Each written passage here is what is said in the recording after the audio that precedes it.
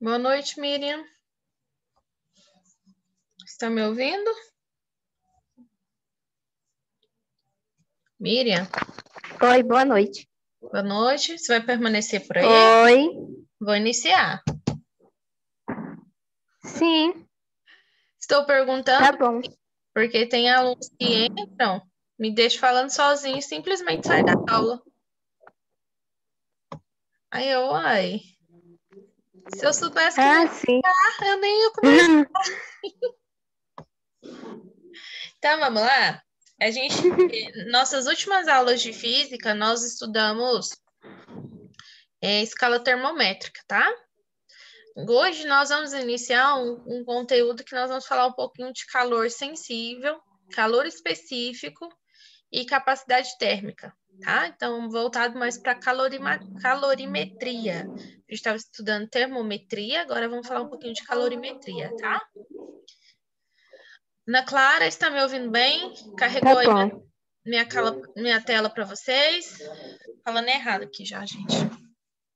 Tela carregou? Então, vamos lá.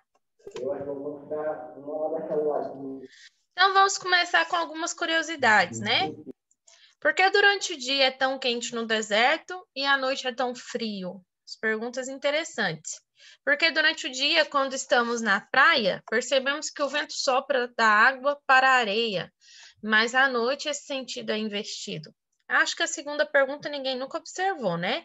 Mas a primeira já é uma coisa assim mais fácil de notar. Então, vamos pensar em alguns conceitos. Esses conceitos estão voltados à calorimetria, tá? Por isso que isso acontece. A gente vai detalhar um pouquinho cada um aqui. Primeira coisa, tem que entender o que é o calor. Calor nada mais é que uma energia térmica. Essa energia térmica ela é uma energia em trânsito, tá? Devido à diferença de temperatura que tem entre os corpos. Então, a gente fala que o calor é uma energia térmica em movimento, tá? Uma observação importante que a gente tem que fazer é que o calor sempre vai fluir espontaneamente do corpo de maior temperatura para o corpo de menor temperatura, nunca ao contrário. Porque é assim que eles vão conseguir o equilíbrio térmico, tá bom?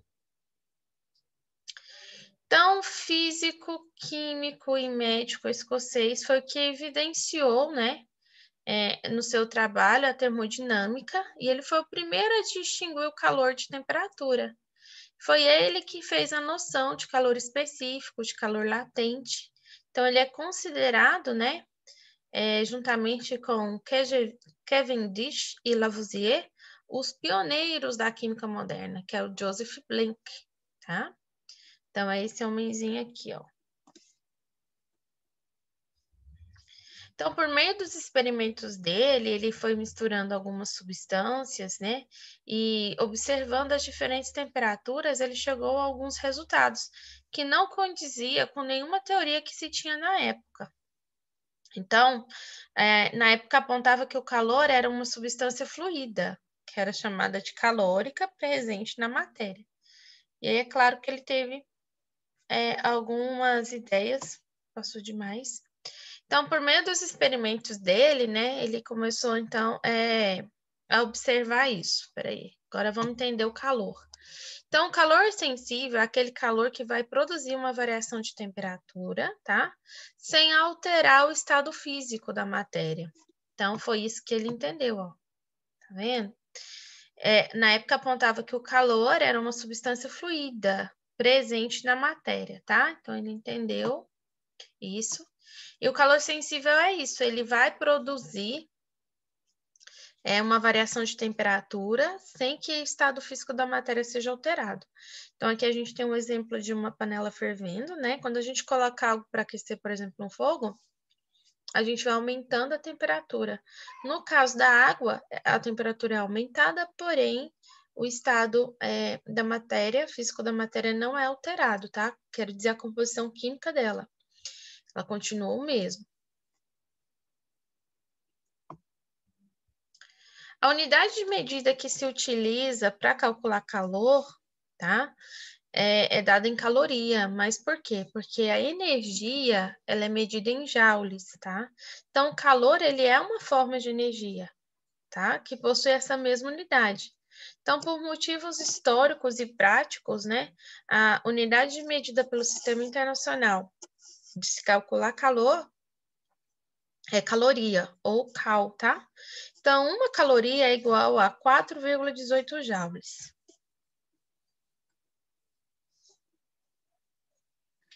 A capacidade térmica, vocês estão conseguindo acompanhar tranquilamente? Quer que repete algum conceito anterior? Posso prosseguir?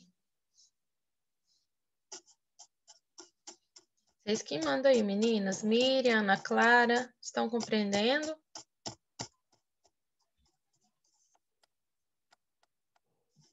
Deixa eu abrir aqui a caixinha de bate-papo para saber. Ok. Capacidade térmica, meninas, já é a quantidade de calor necessária para me elevar 1 grau a temperatura de um corpo. 1 grau Celsius, tá?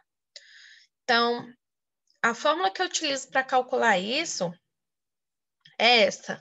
Calor específico é igual a quantidade de calor dividido pela variação da temperatura. Então, o equivalente ao quociente entre a quantidade de calor recebido ou cedido pelo corpo e aí correspondente à variação da temperatura. Então, a quantidade de calor que eu recebo ou eu cedo dividido pela variação da temperatura. Vamos a um exemplo. Então, aqui a gente tem um termômetro medindo uma variação de temperatura de 26 graus Celsius para 46 graus Celsius. Então, essa diferença é de 20 graus Celsius, tá? E esse objeto, esse corpo que está sendo aquecido, tem uma quantidade de calor de 40 calorias. Então, para a gente saber a capacidade térmica dele, o que nós vamos fazer? Calor, né? Capacidade térmica, que é o nosso calor específico, vai ser igual 40 calorias, que é a quantidade de calor recebido, dividido pela variação de temperatura, que é 20 graus Celsius. Então, 40 dividido por 20 é igual a 2 calorias por grau Celsius. Então, esse resultado aqui indica que para variar essa temperatura desse corpo aqui, variar 1 grau, é necessário que forneça para ele 2 calorias, tá? Para elevar a temperatura dele a 1 grau Celsius a mais. Vocês vão ver que esse conteúdo dele não é difícil, mas ele possui cálculos longos. Então, tem que prestar atenção nisso, tá? Então, assim, difícil não é, só é longo demais. Então, continuando, agora a gente falou, né?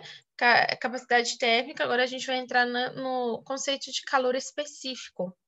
Então, a gente viu calor sensível, capacidade térmica, agora a gente vai falar de calor específico.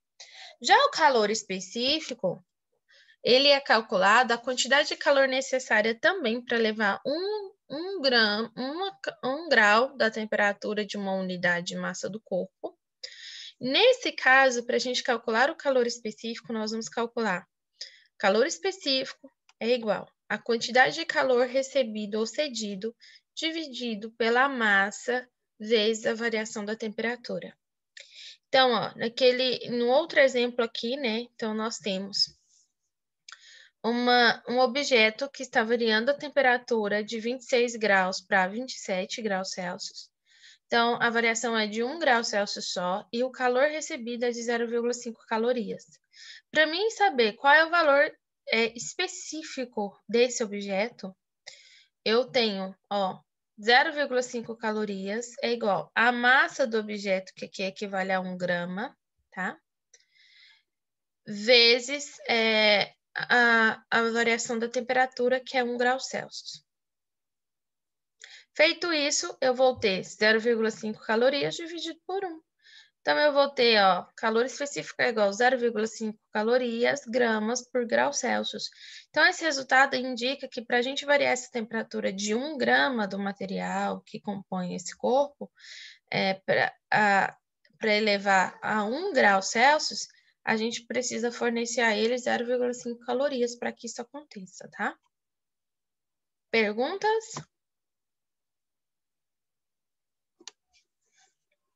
Com esse conceito, nós chegamos na equação fundamental da calorimetria.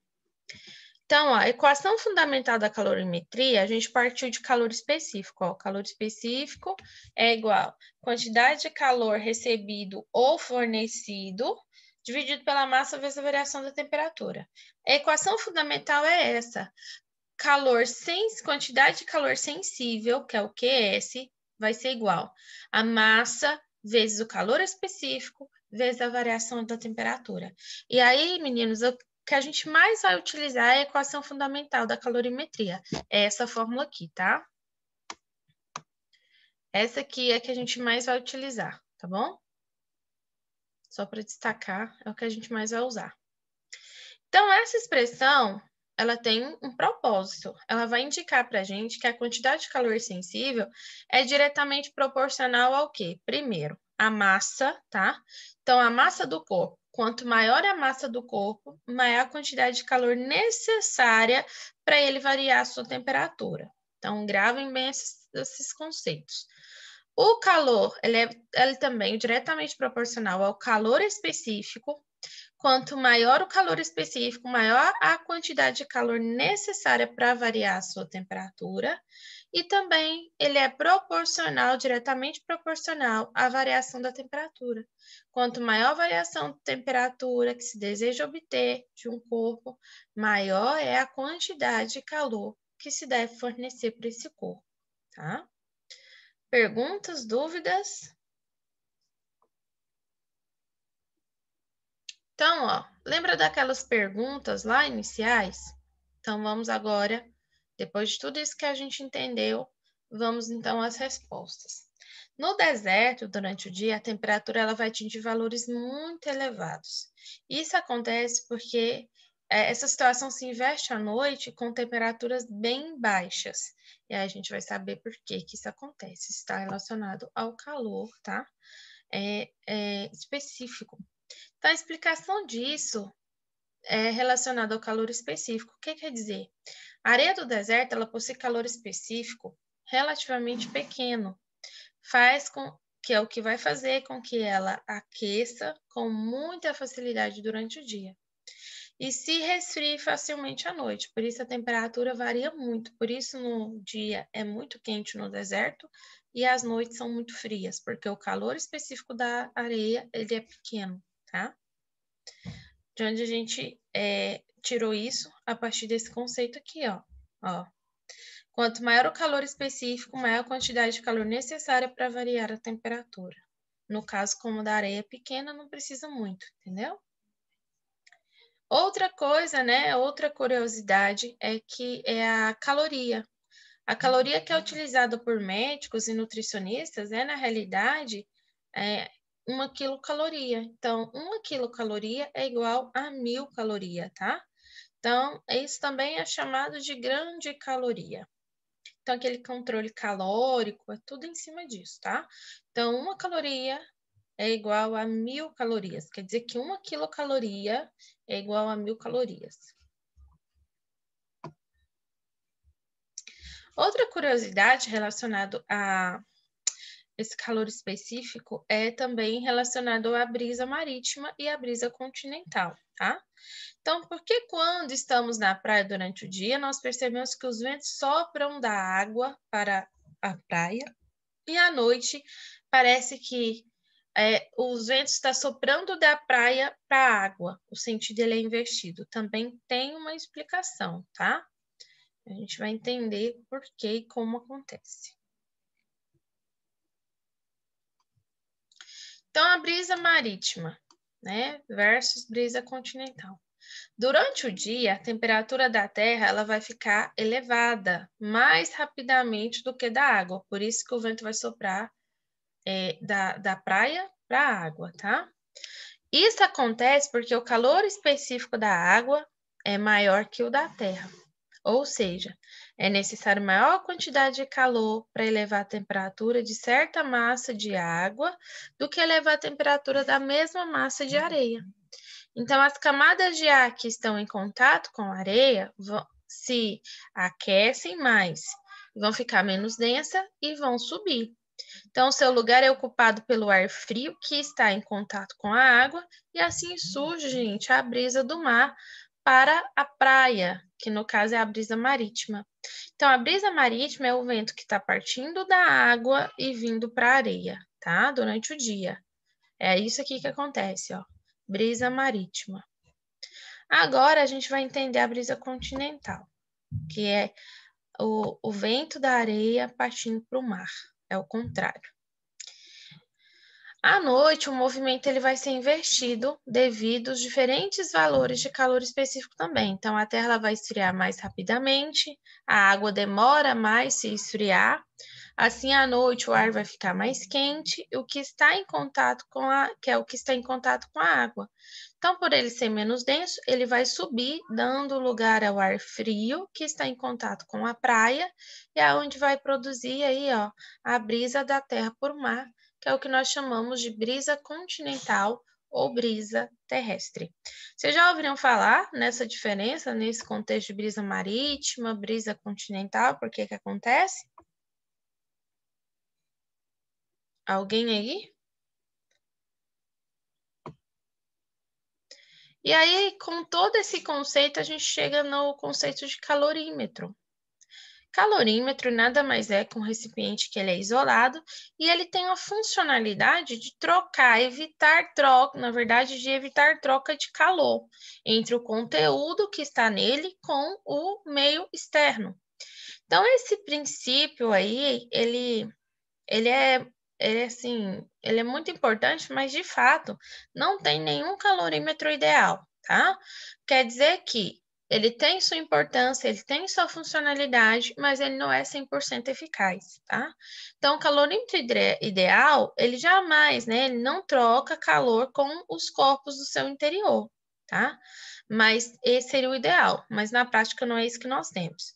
Alguns casos, né, a gente tem que considerar que a capacidade térmica do calorímetro, o equacionamento dele com a troca de calor, tudo isso são fatos que influenciam. Vocês sabem de algum exemplo de calorímetro que vocês têm em casa? Alguém tem ideia? Todos nós temos em casa um calorímetro,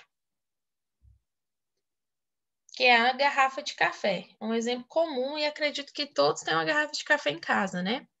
Então, a garrafa térmica, na verdade, ou a garrafa do café, a gente usa para chá, isso vai de cada um, né? É um tipo de calorímetro. Então, a finalidade dele é isolar termicamente o conteúdo que está dentro da garrafa térmica com o meio ambiente.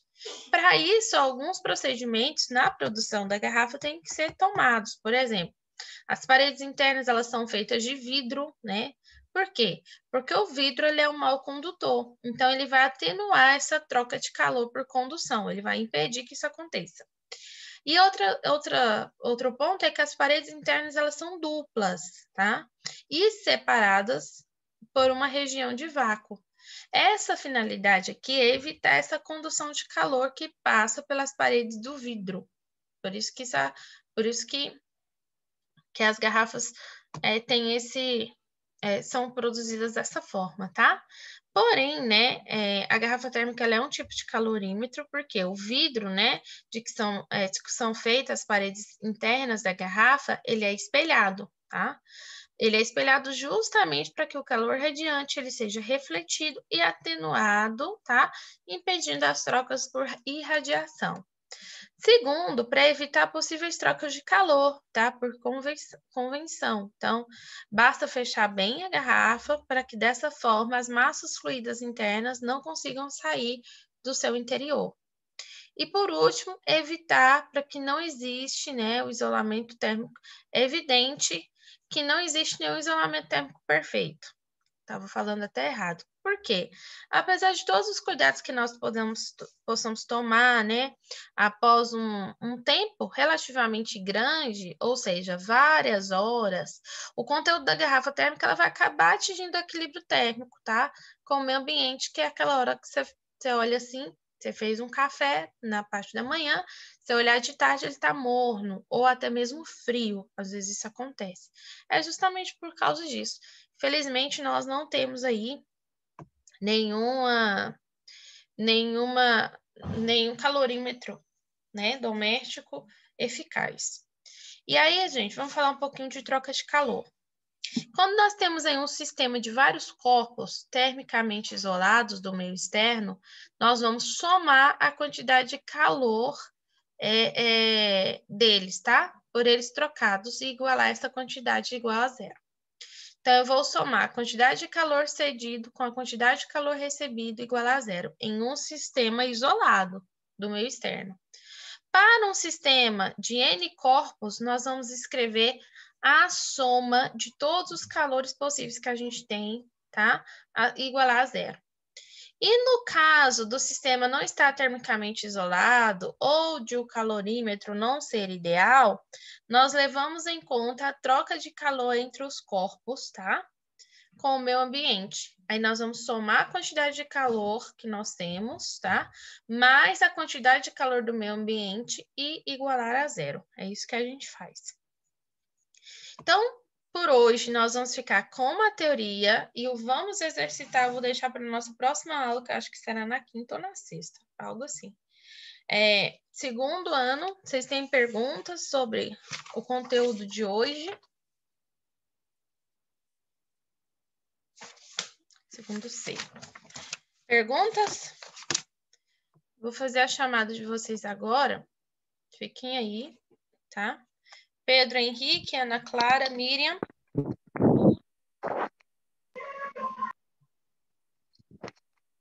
Dúvidas, perguntas?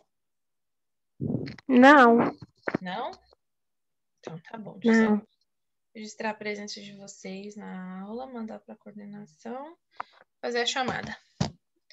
Então, vamos lá. Miriam, presente, né, Miriam? Presente. Aqui, Miriam. Vamos lá, Ana Clara. Presente. Dúvidas, Ana Clara? Não. Não? Tranquilo? Tá bom. Pedro Henrique. Tá aí, Pedro Henrique? Preciso que você responda para você não ir com falta.